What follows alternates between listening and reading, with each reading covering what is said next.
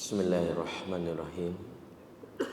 Assalamualaikum warahmatullahi wabarakatuh. Innal hamdalillah nahmaduhu wa nasta'inuhu wa nastaghfiruh wa na'udzu billahi min syururi anfusina wa sayyiati a'malina. Man yahdihillahu fala mudhillalah wa man yudlil fala hadiyalah. Ashhadu an la ilaha illallah wahdahu la syarikalah wa ashhadu anna Muhammadan abduhu wa rasuluhu alladzi la nabiyya ba'dah. Rabbana atina min ladunka rahmah wa hayyi lana min amrina rasyada. Rabbi israh li sadri wa yassir li amri wahlul 'uqdatam min lisani yafqahu qawli wa ba'd. Ikhwatal iman a'azakumullah jami'an. Bapak-bapak, ibu-ibu, saudara-saudariku semua, jamaah kajian rohis dari Transmedia, semoga Allah memberkahi kita semua yang hadir dan semoga kita bisa masuk surga bersama-sama semuanya. Amin ya rabbal alamin. Alhamdulillah siang ini kita bisa duduk bersama di majelis yang kita niatkan memberikan hak terhadap diri kita, bukan cuma fisik yang butuh diberikan makanan, bukan cuma akal yang butuh diberikan asupan, jiwa kita, ruh kita pun butuh asupan. Manusia yang sehat lahir dan batin, yang siap menghadapi berbagai macam tantangan hidup, yang mampu memberikan seluruh hak terhadap dirinya, yaitu mind, body, and soul, akal, fisik, dan juga jiwa. Kalau nggak makan dalam sehari dua hari, tubuh kita langsung bereaksi, gelisah, lapar, mata berkunang-kunang, bahkan ada yang pingsan. Dan itu langsung kita peka, wah saya belum memberikan hak terhadap tubuh. Yaitu apa? Hak terkait dengan fisik. Makanya kita makan, kita minum, bahkan istirahat atau tidur. Kalau otak kita nggak bisa lagi mencerna setiap omongan orang, setiap baca udah nggak mampu, kok kayaknya gua on sendiri ya, istilahnya loadingnya lama. Maka kita simpulkan otak kita punya bagian asupan yang jarang diasah, yaitu diajak berpikir, diajak ngobrol, diajak diskusi. Jarang baca, sehingga kita tahu asupan akal itu harus diberikan. Makanya manusia yang jarang ngobrol, jarang baca, jarang diskusi, rentan pikun. Rahasia kenapa ada seorang Perdana Menteri ya, namanya Mahathir Mohamad, umur 94 tahun jadi Perdana Menteri. Secara usia mungkin orang udah bilang gak layak, tapi dia masih bisa menjalankan perannya dan tidak ada yang menggugatnya. Jawabannya karena dia otaknya masih berfungsi. Di antara jawabannya apa? Dia tidak pernah kenal pensiun dalam belajar. Setelah dinyatakan pensiun sisi usia, dia menghabiskan harinya dengan membaca, berdiskusi, belajar, dan itu membuat akalnya terus aktif. Makanya resiko orang tua yang jarang diajak ngobrol, diajak belajar, otaknya mengalami yang disebut ya penurunan fungsi, dan ini yang kita khawatirkan. Nah, demikian juga dengan ruh, demikian juga dengan jiwa. Jiwa yang jarang mendapatkan yang namanya asupan, di antaranya jarang ngaji, jarang mendapatkan siraman rohani, jarang dengerin kajian, jarang dapetin tausiah atau nasihat, maka ruh itu akan merasakan sakit yang sakitnya ini mungkin nggak terasa oleh kita, tapi bisa dilihat dari ciri-ciri bahwa itu ruh sakit. Apa ciri bahwa ruh itu sakit? Satu, gampang stres. Jadi kalau kita tuh ngerasa ya Allah nih baku jantung, baru ada trigger sedikit nangis, ya, baru ada masalah dikit merasa depresi, merasa putus asa, merasa tertekan, merasa bahwa hidup ini tidak begitu nyaman, tidak begitu indah, maka itu adalah indikasi ruh kita dalam keadaan sakit butuh asupan. Makanya datangilah majelis yang mengisi kewajiban atau hak kita terhadap ruh, salah satunya kajian-kajian yang difasilitasi oleh Rohis. Dan inilah mengapa kalau mau sehat lahir batin, bikin agenda supaya asupan ruh ini selalu kita penuhi setiap saat. Hari ini diantara pembahasan kita, bagaimana kita mencoba mengevaluasi peran kita sebagai orang tua. Di antara yang harus kita perbaiki, bagaimana perbaikan terhadap diri itu lebih utama sebagai orang tua. Lewat bagaimana caranya? Di antaranya adalah melihat fenomena apa yang terjadi dengan kondisi anak-anak kita hari ini. Sejatinya apa yang terjadi di negeri ini terhadap anak-anak kita adalah sebuah gambaran ada problem dari sisi pengasuhan yang terjadi, yang dilakukan oleh orang tuanya. Ada banyak isu yang mungkin wajib kita waspadai. Mulai muncul isu LGBT yang ini dari tahun ke tahun alih-alih semakin menutup justru semakin membesar. Dan kita harus sadar bahwa media termasuk yang mungkin mau tak mau berperan dalam hal ini. Karena kan kita tahu ke LGBT negeri ini bisa eksis di media salah satunya. Di Pekanbaru bahkan sudah tidak sungkan lagi ada grup WhatsApp anak SD khusus yang menjadi LGBT. Itu yang ketahuan.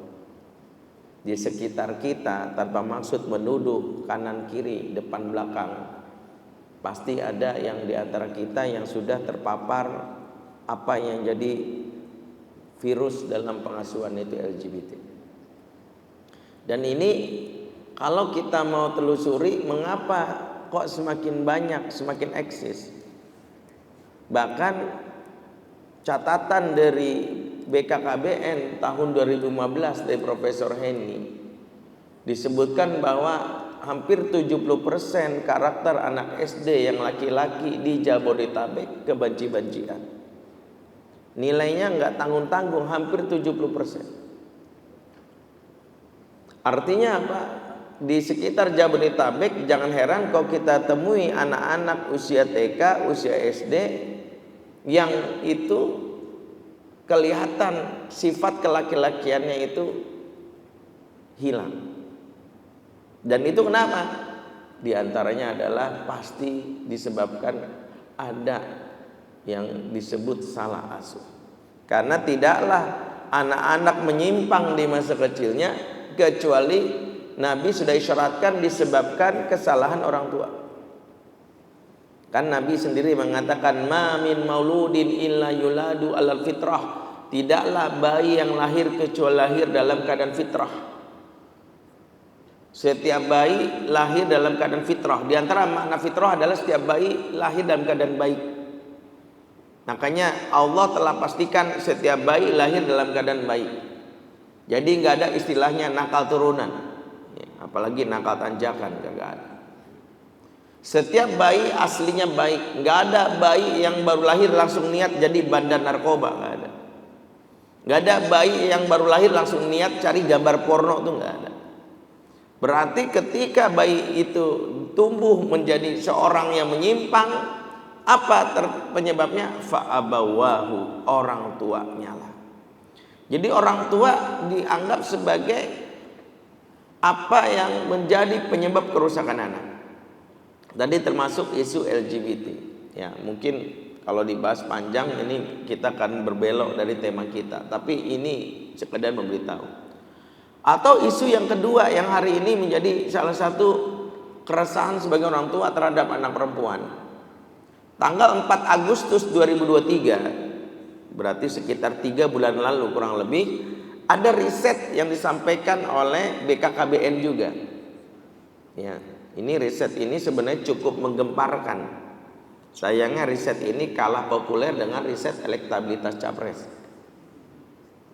Apa bunyi riset ini? Nanti teman-teman googling, saya yakin orang media pasti gampang, bahkan sudah tahu jangan-jangan.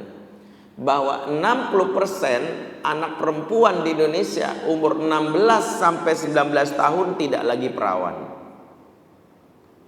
Kira-kira kalau anak 16 sampai 19 tahun tuh usia sekolah tingkat berapa? SMA. 60% dalam tanda kutip anak SMA di Indonesia udah nggak perawan. Saya waktu dengar peluncuran launching ini dari BKKBN tanggal 4 Agustus, saya termasuk yang nggak percaya. Tapi mau tak mau saya dipaksa percaya karena yang neliti lembaga bernama BKKBN ini lembaga kredibel. Katakanlah kita percaya bahwa 60% anak gadis umur SMA itu nggak perawan, ini cukup membuat kita cemas. Dengan kata lain gini, mampir ke sekolah SMA terdekat di sini. Katakanlah di sini ada SMA negeri di sini, datang ke situ, masuk ke dalam kelasnya, satu kelas itu 40 orang kurang lebih. Kalau kita bagi 50-50, 50% 50%, berarti 20 laki-laki 20 perempuan. Dari satu kelas itu kita simpulkan, maaf ya, saya bisa tahu 12 orang di antara kalian gak perawan. Satu kelas kita udah bilang 12 di antara kalian pasti sudah seks bebas ya. Dan yang mengerikan, jangan-jangan itu anak kita, jangan-jangan itu ponakan kita, jangan-jangan itu orang yang kita kenali. Waliyazubillah. Maka kondisi hari ini ditambah isu-isu yang lain, justru kita harus bercermin, kok bisa anak kita generasi ini bobrok. Dan tidaklah generasi anak-anak itu menjadi rusak kecuali Nabi sudah isyaratkan itu menunjukkan orang tua yang salah dalam pengasuhan. Orang tua yang salah dalam pengasuhan. Makanya pada saat kita melihat kerusakan jadi pada anak-anak, maka bercerminlah, jangan-jangan itu kita. Bahkan dalam skala sederhana, ketika kita melihat anak kita tidak sesuai harapan, perilakunya suka kasar, maka jangan dulu mencari kambing hitam. Kenapa saya bilang gitu? Karena sejatinya Allah sedang melihat, memperlihatkan ini loh yang selama ini tak kalian sadari, anak kalian meniru dari apa yang terjadi di dalam rumah dari orang tuanya. Makanya kesalahan mendasar waktu kita belajar parenting, kita itu lebih fokus memperbaiki anak daripada memperbaiki diri. Ini catatan penting nih. Parenting is about us as a parent. Ya, terjemahannya ya, lihat di bawah ini ya. Parenting itu benernya yang dipelajari apa? Tentang kita sebagai orang tua. Makanya saya sering kalau dalam kajian seminar itu yang naik gini, Ustadz, kenapa sih anak saya begini, kenapa anak saya? Bu, nanti bu, kalau ibu bahas anak begini, anak begitu, jangan-jangan ibu salah memahami ilmu parenting. Ilmu parenting itu yang berubah itu ortu atau anak? Coba, antum kalau belajar parenting berubah orang tuanya atau anaknya? Orang tua atau anak? Hah? Orang tua atau anak? Ragu atau gimana nih? Tidur atau gimana? Belajar parenting, yang berubah itu orang tua. Karena kalau anak yang kita pikirin berubah, itu bukan parenting, itu childing. Terus gimana Ustadz? Kita belajar parenting, ya memang orang tua yang berubah. Karena parenting mengajarkan tentang sikap yang dimiliki orang tua, yang itu akan mempengaruhi jiwa anak. Sehingga yang perlu kita lihat dalam parenting apa? Apa yang harus saya perbaiki, bukan apa yang harus anak saya perbaiki ke anak saya, bukan sayanya. Coba, kenapa saya sampaikan ini? Karena salah satu kesalahan mendasar orang belajar parenting, dia lebih fokus memperbaiki anaknya. Dan itu bukan parenting, itu childing. Kenapa? Pertama, sebab tidak ada jaminan kalau kita belajar parenting kita bisa mengubah anak kita. Nggak ada. Sekarang siapa yang bisa angkat tangan? Ada yang bisa menjamin nggak setelah berkali-kali ikut kajian parenting anaknya jadi anak soleh? Silakan angkat tangan. Ada yang bisa jamin anaknya bakal jadi anak soleh? Nggak ada. Yang bisa menjamin anaknya anak soleh teman saya, ya, namanya Soleh. Ya.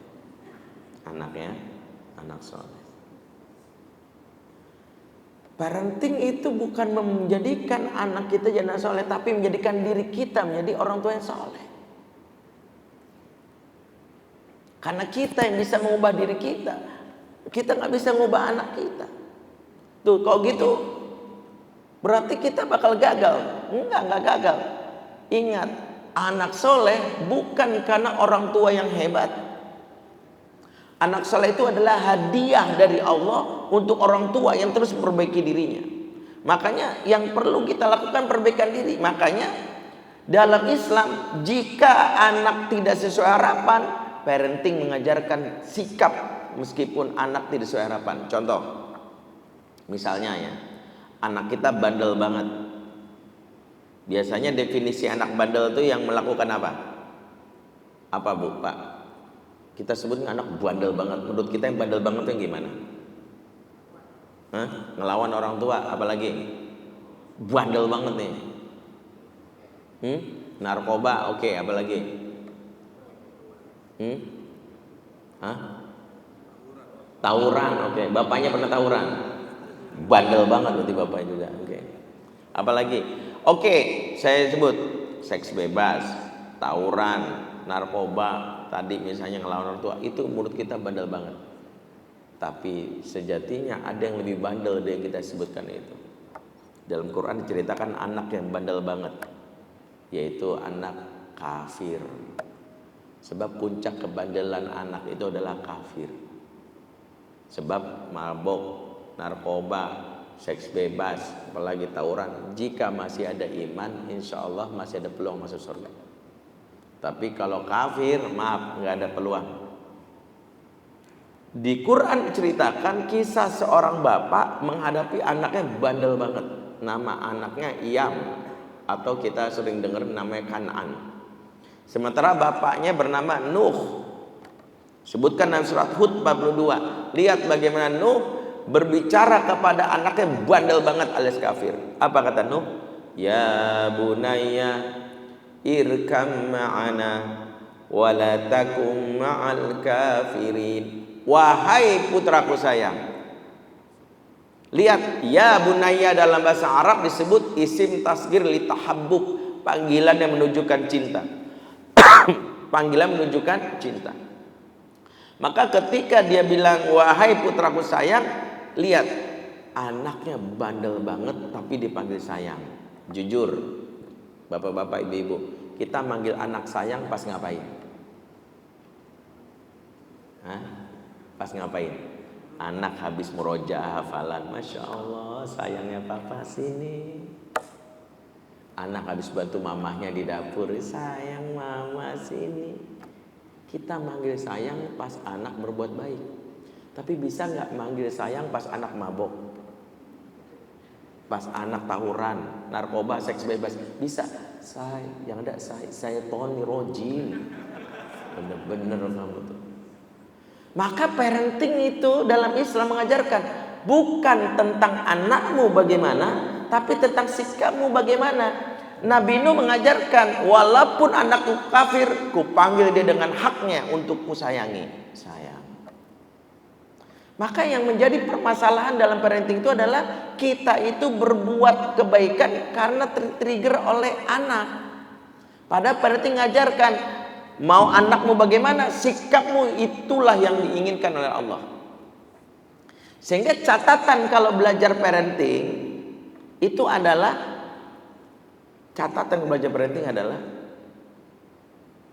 kita atau saya hari ini adalah satu, masih suka marah-marah. Dua, hafalan Qur'annya tadi ya, orang lain ditanya ada juz berapa, jawabannya justru itu Ustaz.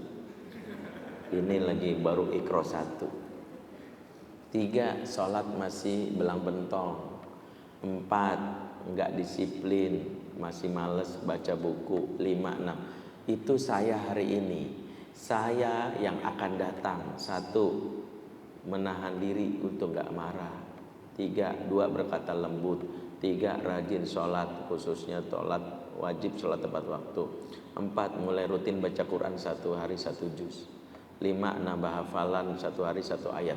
Itulah yang disebut parenting. Itulah kenapa kesalahan mendasar kita itu lebih fokus ingin anak berubah. Contoh ya. Ibu-ibu bapak yang tiap hari doain anaknya, ada yang tiap hari? Ini jangan gak doain. Yang tiap hari doain ada? Doain Pak.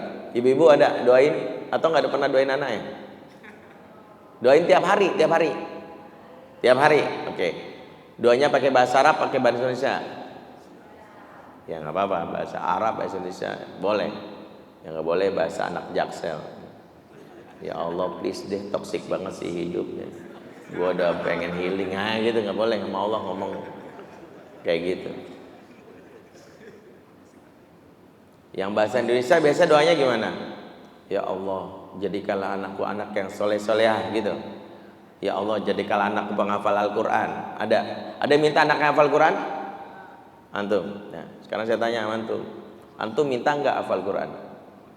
Antum sebagai bapak minta nggak hafal Quran? Minta supaya diri hafal. Good. Ibu minta nggak? Minta nggak? Ya Allah, jadikanlah aku penghafal Quran. Ayo jujur.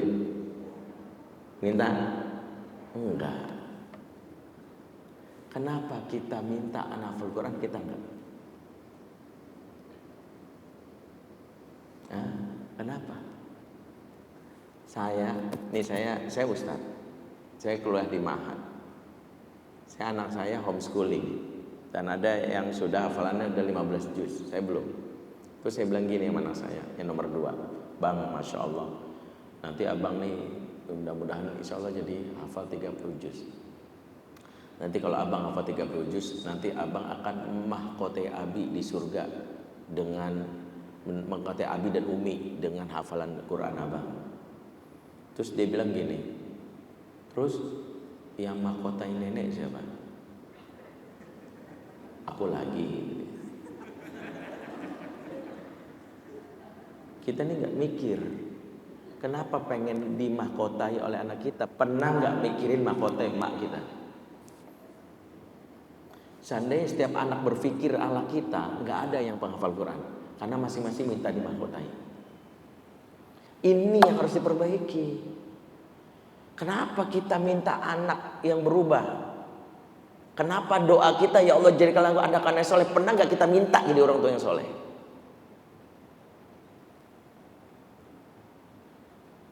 Ya ayyuhalladzina amanu qu anfusakum wa ahlikum naro. Hai orang beriman, jaga dirimu.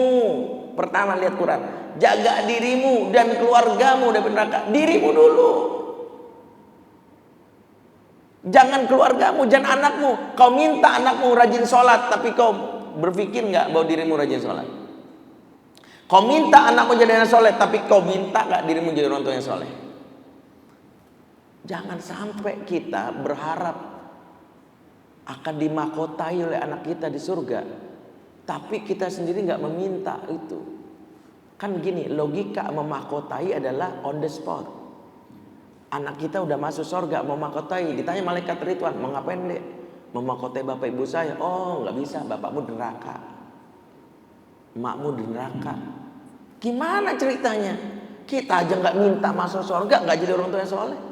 Jangan sampai giliran anak kita doakan, ya Allah jadikanlah anakku anak yang soleh, solehah, penghafal Al-Quran. Giliran anak doain akhirat. Giliran bapak ibunya doanya apa? Ya Allah tambahkanlah gajiku ya Allah, naikkanlah jabatanku ya Allah, mudah-mudahan 2024 lolos ke Senayan ya Allah, capek habis modal. Bapak ibunya minta dunia, anaknya minta akhirat, kagak ketemu. Kesalahan mendasar dalam ilmu parenting adalah kau pikirkan anakmu baik, dirimu nggak pikirin baik. Makanya saya bilang parenting itu harusnya belajar dari apa yang diucapkan pramugari di pesawat. Jika oksigen berkurang dan masker jatuh hadapan Anda, apa yang Anda lakukan? Makailah masker itu di hadapan Anda, barulah Anda berikan ke orang lain. Makanya yang pertama kali merasakan nikmatnya belajar parenting adalah kita. Coba, Nabi dalam Quran, bahkan Allah mengajarkan doa para nabi untuk urusan berkaitan akhirat, mereka minta dirinya. Contoh Nabi Ibrahim, Rabbij'al hadzal balada amina wajnubni wa baniya an na'budal asnam. Ya Rabb, jadikanlah negeri ini negeri yang aman dan nyaman, dan jauhkanlah aku dan juga keturunanku dari menyembah berhala. Lihat apa yang minta oleh Ibrahim, jauhkanlah diriku dan keturunanku dari menyembah berhala. Ibrahim seorang nabi, masa iya dia nyembah berhala? Tapi Ibrahim minta dirinya dulu, belum anaknya. Jauhkanlah aku. Ibrahim aja minta. Oke, ayat yang sering kita baca nih, surat Ibrahim ayat 40. Rabbij'alni muqimas sholati wa min dzurriyyati. Ya Allah, jadikanlah aku penegak sholat, demikian juga keturunanku. Ibrahim minta apa? Jadikanlah aku. Bahwa parenting mengajarkan kita lah yang harus berubah. Aku. Nabi Lut ketika LGBT marak di zamannya, di surat Asy-Syu'ara 169, lihat doanya. Rabbi najjini wa ahli mimma ya'malun. Ya Allah, selamatkanlah aku dan juga keluargaku dari perbuatan terkutuk mereka.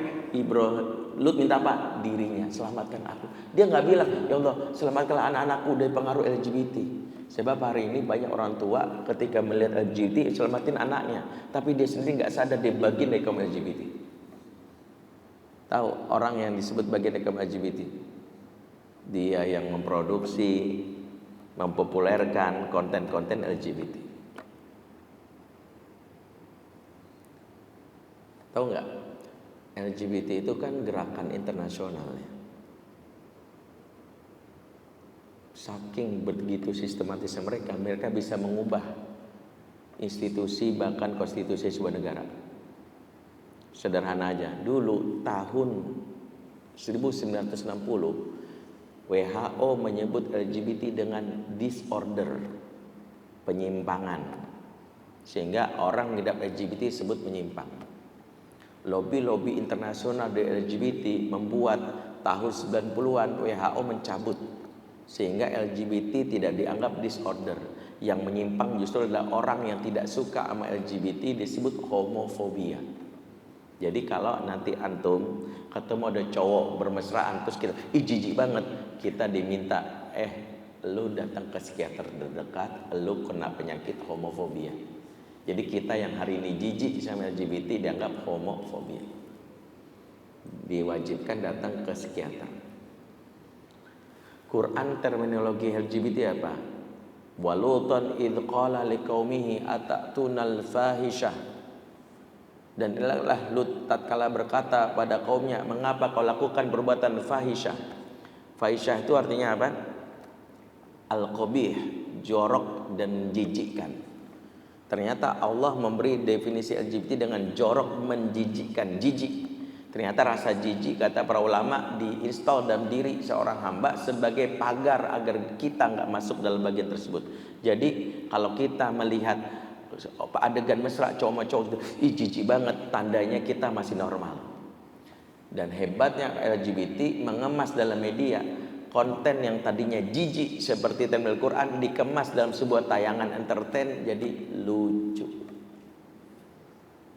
Akhirnya maaf, hostnya dari kalangan ini tadinya orang ketawa, haha lucu. Dibikinlah konten impersonate cowok pakai pakaian cewek niru mamah dedeh. Apa yang terjadi? Lucu.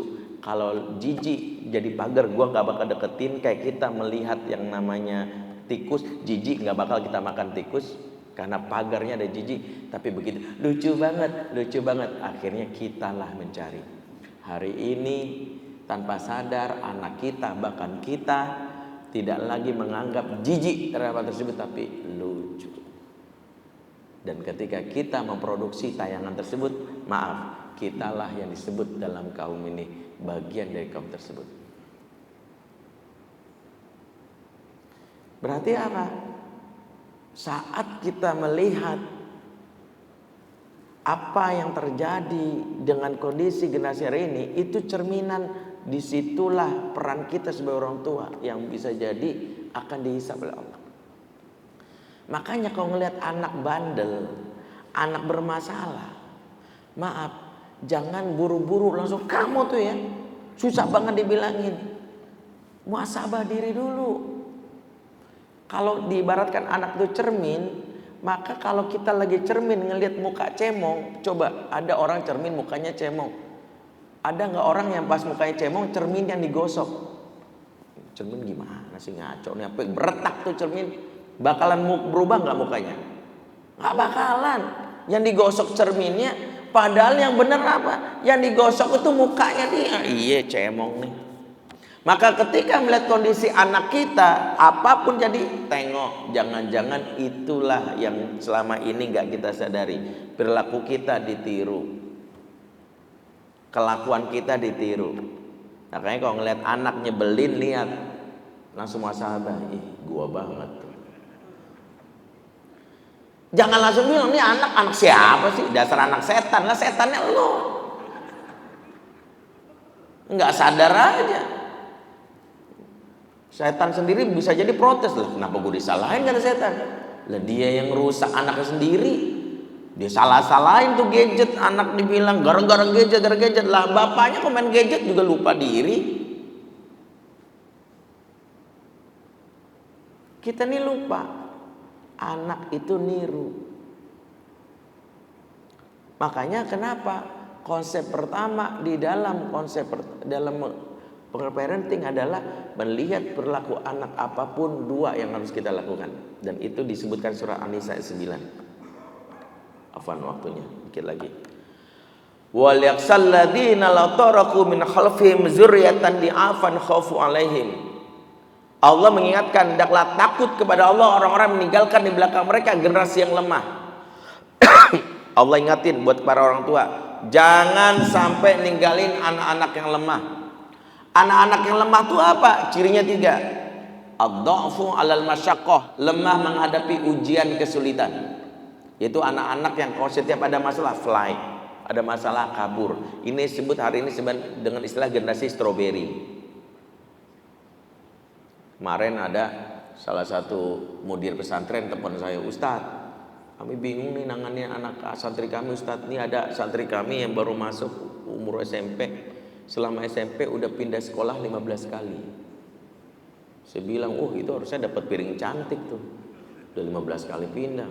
Iya, bapaknya minta supaya mudah-mudahan pesantren kami ini terakhir. Kami udah berusaha, tapi ternyata tuh anak baru ribut sama temannya baru seminggu di dalam asrama, langsung dia kabur habis sarapan, nggak mau balik-balik, langsung telepon, "Bapak, aku nggak mau sekolah sini lagi, Pak, mau cari yang lain."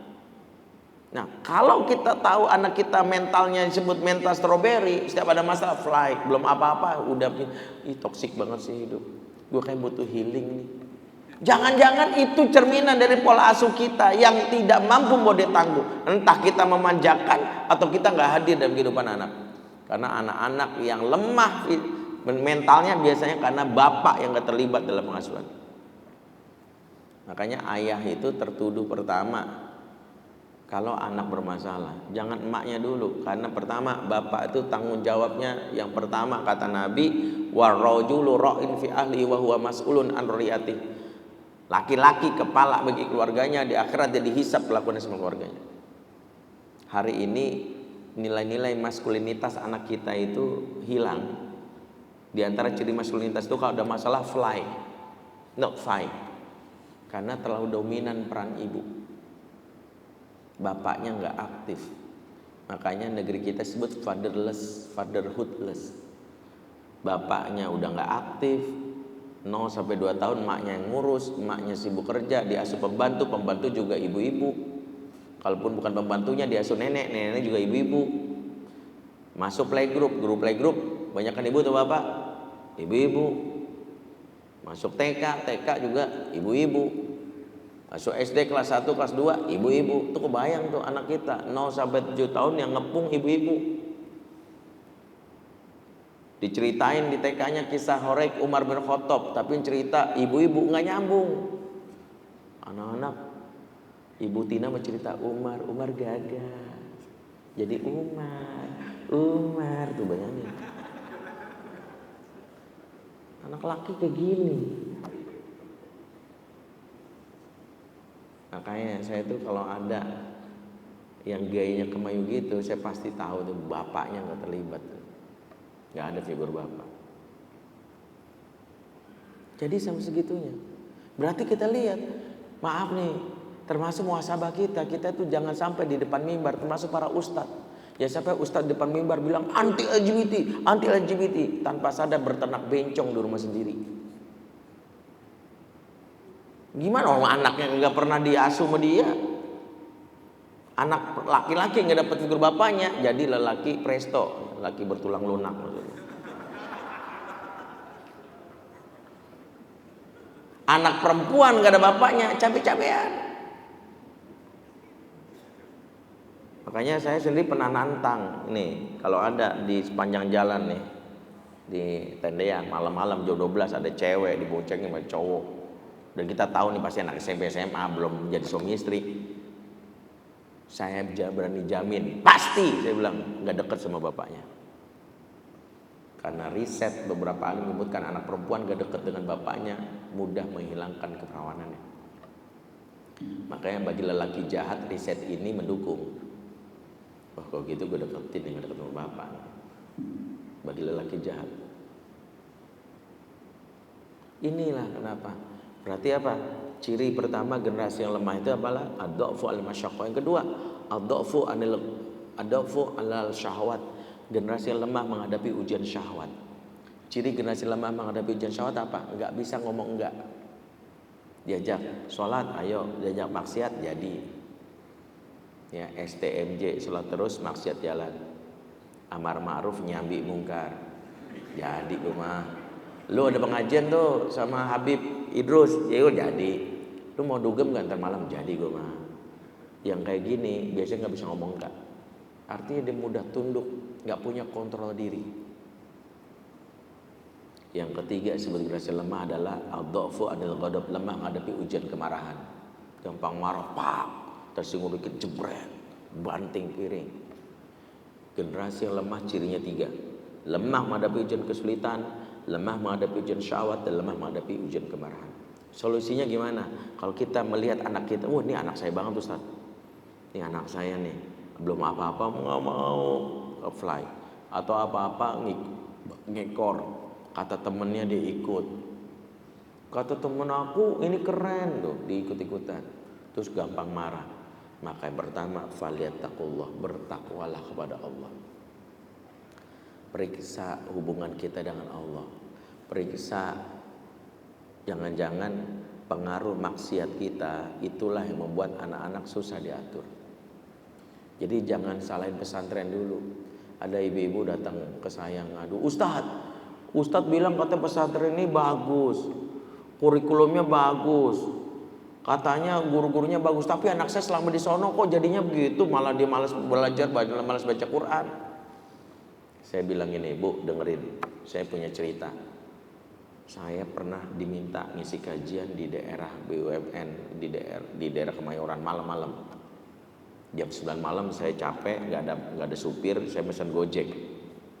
Dapatlah supir Gojek, datang tuh, orangnya ramah, banyak ngomongnya juga. Saya lagi capek padahal. Ditanya tuh, lagi malam Pak, mau pakai helm apa enggak? Helm pakai. Mau pakai masker enggak? Enggak usah. Sepanjang jalan ada aja tanya tuh, Bapak kerja di sini Pak? Saya bilang enggak, kan capek ngantuk. Kerja di mana Pak? Di mana-mana.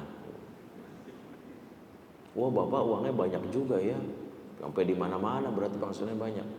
Emang bapak kerjanya apa pak? Ngajar. Oh bapak ngajar ya. Boleh itu ngajar apa pak? Ngajar ngaji. Oh bapak ustad. Kok tadi boleh nggak saya nanya pak ustad? Dari tadi di situ udah banyak nanya saya bilang. Ya udah tanggung nanya apa? Gini pak ustad, saya kan supir Gojek. Saya ditawarin aplikasi yang kalau diinstal di handphone saya 100.000 doang bayarnya sama teman saya, nanti bisa ngeblok orderan GoFood larinya kemari, khusus yang punya aplikasi ini. Jadi kita bisa milih nih yang paling bagus mana buat performa kita. Wah ini gitu. Jadi kita bisa dapet tuh orderan larinya kemari. Saya udah pasang nih sekitar 2 bulan 3 bulan lah gitu. Dia bilang gitu. Nah hukumnya apa Pak Ustadz ya? Saya tanya itu legal nggak? Ya enggak sih, tapi ya bagus juga meningkatkan performance kita dan pendapatan kita. Oh gitu. Hukumnya gimana Pak Ustadz? Saya bilang boleh aja, tapi tanggung resikonya. Resikonya apa Pak Ustadz? Resikonya istri suka ngelawan, anak susah diatur. Tiba-tiba dia berhenti, pantesan gitu. Langsung berhenti tuh dia, lah jalan saya bilang, lama nih saya bilang. Di lampu merah Gunung Sari kan ada tuh yang dekat Gunung Sari itu yang 180 detik itu. Saya ingat tuh. Itu masih hijau dia pelan-pelan. Nah, merah katanya. Saya bilang, "Ya elah, malah berhenti." "Iya, Pak Ustaz." Nggak ngobrol gitu. Saya tanya, "Emang kenapa?" "Waduh, Pak Ustaz, jadi pikiran nih saya sama istri emang udah berantem udah lama nih, tapi sama anak nih." Maksudnya, "Iya nih Ustaz, gini-gini alhamdulillah anak saya alhamdulillah di pesantren daerah Bogor. Ya. Alhamdulillah kelas 7 kelas 1 SMP. Nah, kemarin 2 minggu lalu enggak ada angin, enggak ada hujan, nelpon saya. Ngomongnya agak nyelekit gitu. Nyelekit gimana? Dia bilang, "Pak, lain kali kau ngirim uang bulanan yang halal aja ya, jangan haram-haram." Karena saya jadi mikir, loh anak kenapa ngomong begini? "Kamu kenapa ngomong begitu sih?" Saya tanya gitu. "Iya, soalnya udah 2 minggu hafalanku gak nambah-nambah." Kata ustadku, kalau hafalan gak nambah, periksa sumber rezeki kamu. Yang kamu makan apa, sumbernya dari mana? Karena Allah tak ingin ayat-ayatnya ditaruh di kepala orang yang masih ada maksiat. Yang ngasih makan aku kan bapak. Bapak ngirim uang bulanan, yang haram-haram kali bapak kirim. Langsung mikir dia langsung. Jadi kepikiran nih Pak Ustadz gitu. Terus saya bilang, "Masih tetap mau dipasang?" "Kagak, langsung di uninstall di tempat." Makanya gini, ini rumus. Kalau ngelihat anak kita udah bandel, periksa hubungan kita mau. Periksa hulunya. Hulu itu dasarnya kenapa? Loh, kita beresin yang di hilirnya, tapi hulunya kotor, nggak bakalan kita beresin. Kotoran datang lagi. Kenapa? Ente bawa makanan yang haram, uang haram, entah disogokan atau apapun, atau riba atau korupsi, bawa ke rumah, itu setan numpang itu berkembang biak dalam tubuh jiwa anak kita. Tahu kalau setan berkembang biak? Setan akan menjadi sponsor kemaksiatan anak.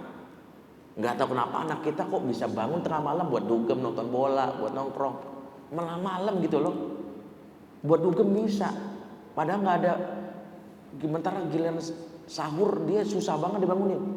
Padahal kan nggak ada panitia dugem yang bangunin malam-malam. Dugem, yang mau dugem nggak ada. Panitia dugem nggak bangunin, dia bisa bangun. Dia panitia sahur bangunin, kagak bangun. Tahu rasanya? Karena setan yang bikin dia bisa bangun. Begitu dia nempel, datang disuruh ngaji ke majelis ilmu, baru nyender tiang dikit. Yang gampang molor kalau pas lagi kajian, periksa sumber rezeki antum. Bodoh amat, habis ini nggak diundang lagi, bodoh. Sekali doang habis ini, mumpung sekali doang, habisin kalian. Jadi anak kita tuh yang ente omel-omelin itu susah banget lu ngajinya. Yang ngasih makannya siapa?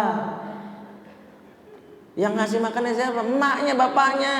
Bapaknya sumbernya, emaknya zatnya. Emaknya kalau beli sesuatu lihat label halalnya. Jangan yang penting enak maknyus doang. Tapi nggak tahu itu ada babinya, minyaknya, sakenya, ancunya. Jadi ibu dan bapak concern, Pak, bapak yang kerja mastiin satu sumber yang halal, aku mastiin yang masuk ke perutnya itu zatnya halal. Gitu. Beresin pertama urusan falyattaqullah. Makanya kalau ngelihat anak bermasalah apapun, jangan lihat ini handphone kali ya, ini temennya kali ya, ini kayaknya ini gara-gara berkawan sama ini. Enggak. Periksa kitanya, ketakwaan kita sama Allah. Yang kedua baru kata Allah waliyaqulu qaulan sadida. Periksa cara ngomong kita sama anak, komunikasi kita. Jangan-jangan komunikasi kita komunikasi benteng, bukan komunikasi jembatan. Atau komunikasi benteng bikin anak merasa diserang. Anak udah diserang melawan. Ini kamu kenapa sih kau pulang bantingan tas itu kayak tas murah banget, itu mama beli tau nggak? Dia lagi kesel karena mungkin dia habis berantem sama temannya, banting itu kita langsung ngajak ribut. Udah mah diam aja gitu. Gitu. Coba kalau dia bilang, mama tahu kamu tuh kayaknya lagi capek, habis bertengkar sama teman kamu ya, atau ada masalah di sekolah sampai kamu banting tas yang mama beliin tadi. Ya habisnya temen, nah dia mau cerita tuh. Cara ngomong mempengaruhi kita sama anak. Anak mau deket sama kita tergantung cara ngomong kita. Makanya kalau dalam Quran solusi pengasuhan itu cuma dua. Perbaiki spiritual kita, perbaiki komunikasi kita. Dua hal ini kita perbaiki, sukses jadi orang tua. Parenting kita sukses. Walaupun hasilnya belum tentu yang kita mau, tapi di mata Allah kita adalah orang tua yang amanah. Tapi waktu membatasi sudah pukul 13. Itu yang bisa saya sampaikan. Mohon maaf jika ada yang kurang. Aku luka laza fastaghfirullahaladzim. Wassalamualaikum warahmatullahi wabarakatuh.